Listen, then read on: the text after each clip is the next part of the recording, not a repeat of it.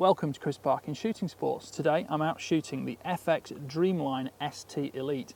This is quite a different specification from the other FX rifles I've reviewed before. It's longer, it's lower, it's a different system with having a long air cylinder rather than the buddy bottle, and I'm really looking forward to how it performs off the bench. So please stick with me. I'm going to shoot 5 different pellet weights, 5 different groups, give you some ballistic data from them, and let's see how we get on. There's a pressure gauge on the front of the underside bottle, but I tend to prefer the pressure gauge on my diver's bottle when I'm filling to give me an absolute reading for 230 bar fill. The gauge on the front of the bottle is what I use day to day to make sure I'm not running too low or give me a warning when I need to refill. The barrel is screw cut 1/2 inch for a moderator or muzzle brake. It's also fully shrouded back to the action to improve harmonics of the internal FX liner. Rather than a larger buddy bottle, this FX uses a long, slim bottle to lower the centre of gravity of the rifle in the Sabre Tactical chassis. As well as offering a Picatinny rail at the front for a bipod, the Sabre Tactical chassis offers a full-length Arca Swiss rail to mount it on a tripod. The longer chassis and lower centre of gravity, compared with the longer, what I like to call wheelbase, between the front bipod and the rearmost support on the bag rider here, gives great stability and is especially suited to bench rest or prone position shooting, a little bit more so than hunting perhaps. The back end of the stock offers a load of adjustability with an underside bag rider and also an adjustable cheek piece and adjustable butt pad. Length of pull is also adjustable and the stock itself will fold round. Here you can see the stock folds for compact storage. When folded, there's a magnetic catch to hold the folded stock in position so it can't fall open.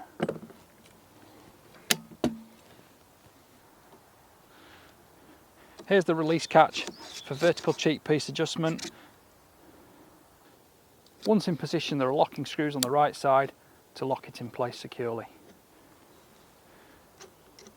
There's a locking screw here to allow vertical adjustment, locks in position wherever you want it. This catch allows length of pull adjustment, which again will lock in place using these adjusters.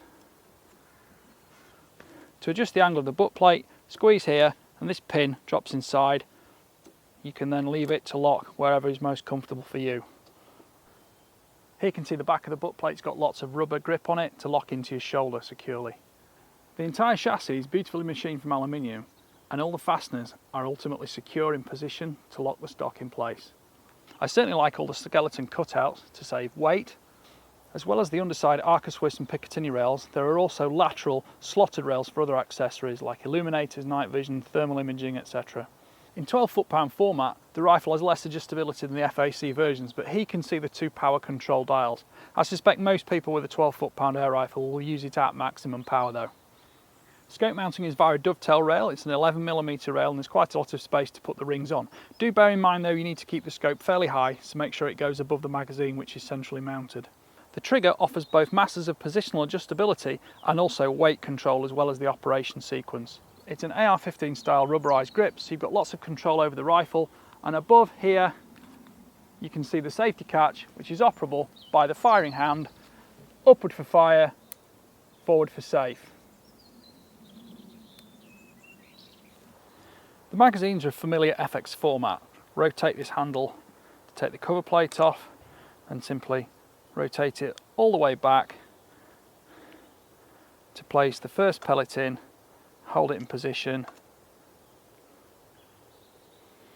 and then you can fill all the rest of the pellet holes here so that when in use, as soon as each pellet is pushed through by the filling probe, it automatically rotates into place for the next one. When it's fully loaded, put the cover back on, clip into place, and that then goes into the rifle.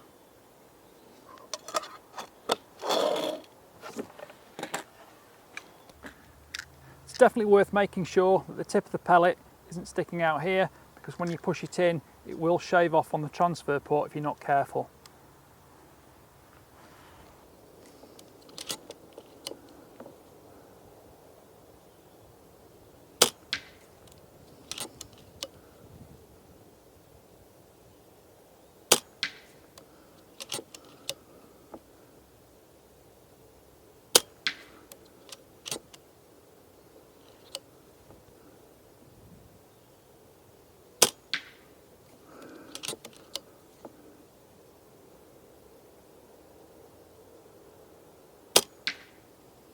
I think it's interesting to note just how stable the FX Dreamline is to aim in this format, with it being longer in physical length and lower with a lower centre of gravity. It's especially noticeable on target how there's just less movement, more accuracy, more precision.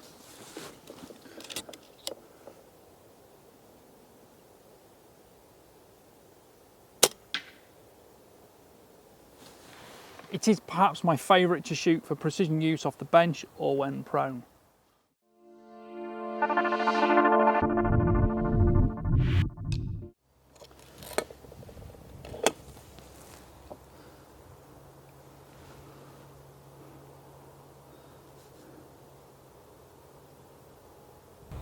The rifle features a Sabre tactical cylinder chassis. It's a multi-shot magazine holding 18 rounds in .22 calibre. This features FX Smooth Twist X match grade barrels and is fully free floating. The barrel itself is 500mm long in .22 calibre. Safe fill pressure is 230 bar or 3300 psi. The safety catch is manual on the right hand side just above the trigger. This is a 12 foot-pound version for the UK and will adjust down to 8 foot-pounds. Air capacity is 220 cc's. The AMP external adjustable regulator pressure is not available in the sub 12 foot-pound version for the UK.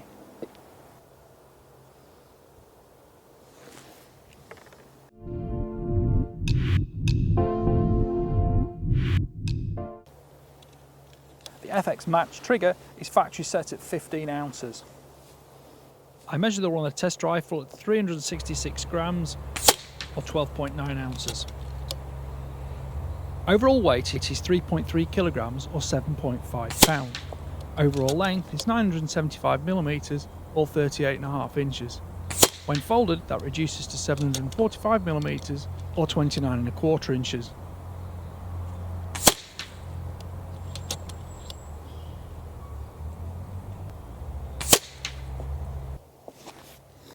Length of pull is 14 inches or 355mm up to 15.25 inches or 388mm.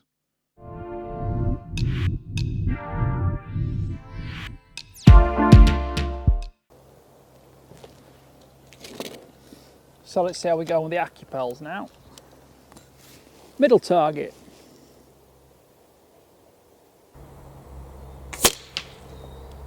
That was a good start.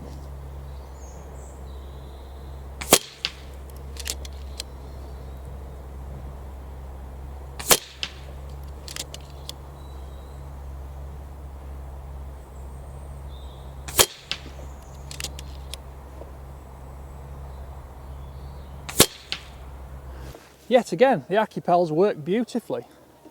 I think we can put that bad one down to me.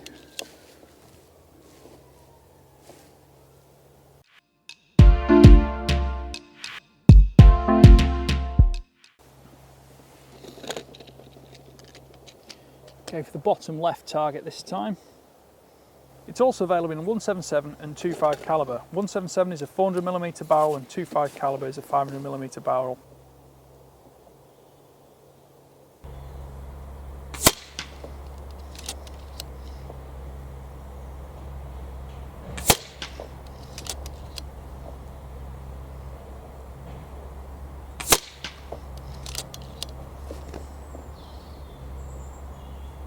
Vertical adjustment on the butt pad is 40mm, vertical adjustment on the cheek piece is 38mm. The overall length of the Arca Swiss rail is 260mm or 10.5 inches.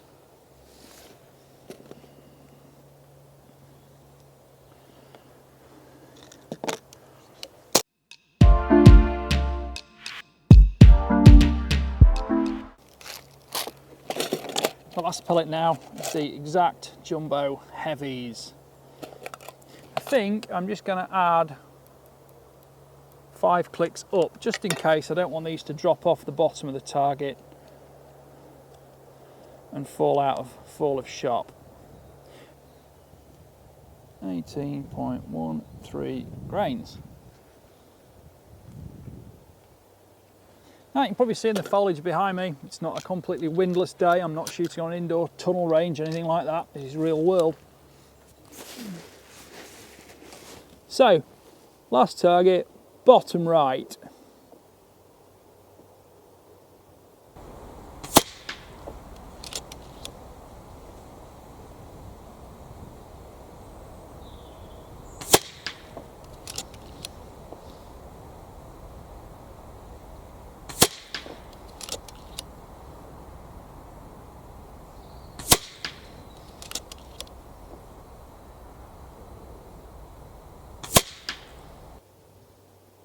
Again, that's shot very well. These are all at 30 metres and it is real world wind conditions. It's not completely still. I can see in the leaves, the branches, the trees, and feel the wind on my face. It is moving around.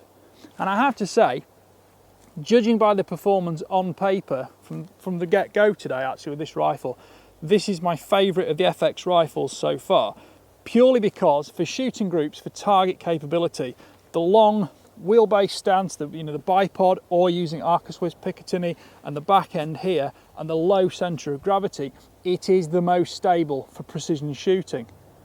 The other ones being more compact, the bullpup designs, yes, they suit hunting a little bit more, but I do like this one specifically for this job.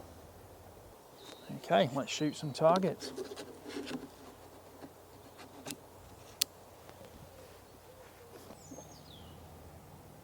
Parallax control is very important on the PARD rear add-on scopes because it gives you the best focal capability. Let's just give that a little go now.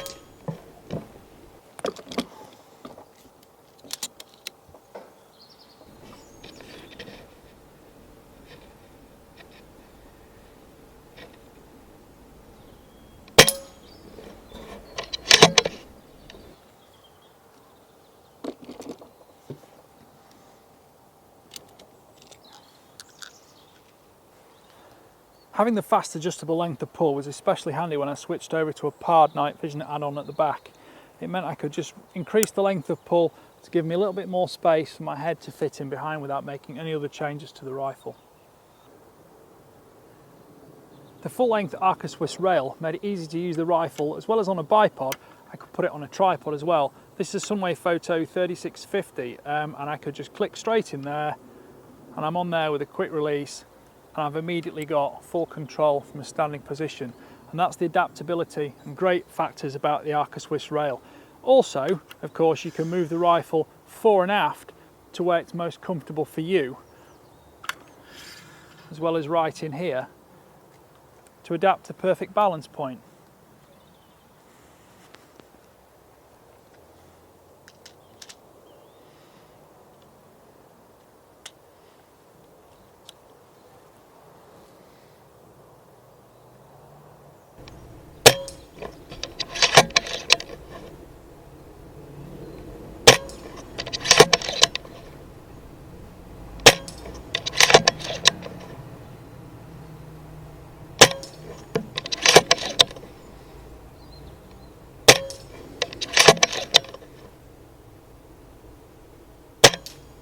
The trigger is very predictable and you can easily pull and hold on the first stage without worry of overpressuring it and actually firing the rifle. The AR-15 grip is rubberised and insulates against the cold of the aluminium chassis. There's plenty of space in the trigger guard for your finger, and the trigger itself is incredibly tactile. It's 2 stages and you can easily hold on the first stage without fear of over travelling it into the second stage, before making a very crisp, predictable release of the shot itself. The front of the rifle has no specific sling mounting points, but because you've got so much accessory rail, you can add whatever you want where you need it to be. The back end of the rifle has QR anchor points for a sling. If you want to, you can release the bag rider completely from the stock on Allen bolts underneath, and you're left with a butt hook assembly here to plant the gun into your shoulder and keep it gripped in tightly. There are also more QR stud anchor points. The rifle can be handled ambidextrous, and the cheek piece itself is slim and fits under the cheekbone without displacing the jaw. It is, although, quite cold because it's solid aluminium. Well, thank you for watching. I hope you've enjoyed that review. Quite a little brief one today, just getting used to this air rifle. I have to say, definitely speaking, this is my favourite FX to shoot from the bench or from prone in the precision mode. It's perhaps, you know, it's the longest, it's the least capable in terms of being a true hunting rifle, where the bullpups really do, because of the short compact dimensions and balance point, make them superb. But I have to say, I think this one shoots more accurately, more consistency from the bench. Again, we're outside, this is 30 meters, the wind is blowing around, it's not particularly windy, but the movement is there. And were this rifle to be in 177, you could certainly get better capability on paper from it. Anyway, please like, please subscribe, and please comment, because your comments are what drive these videos. Thank you for watching, bye for now.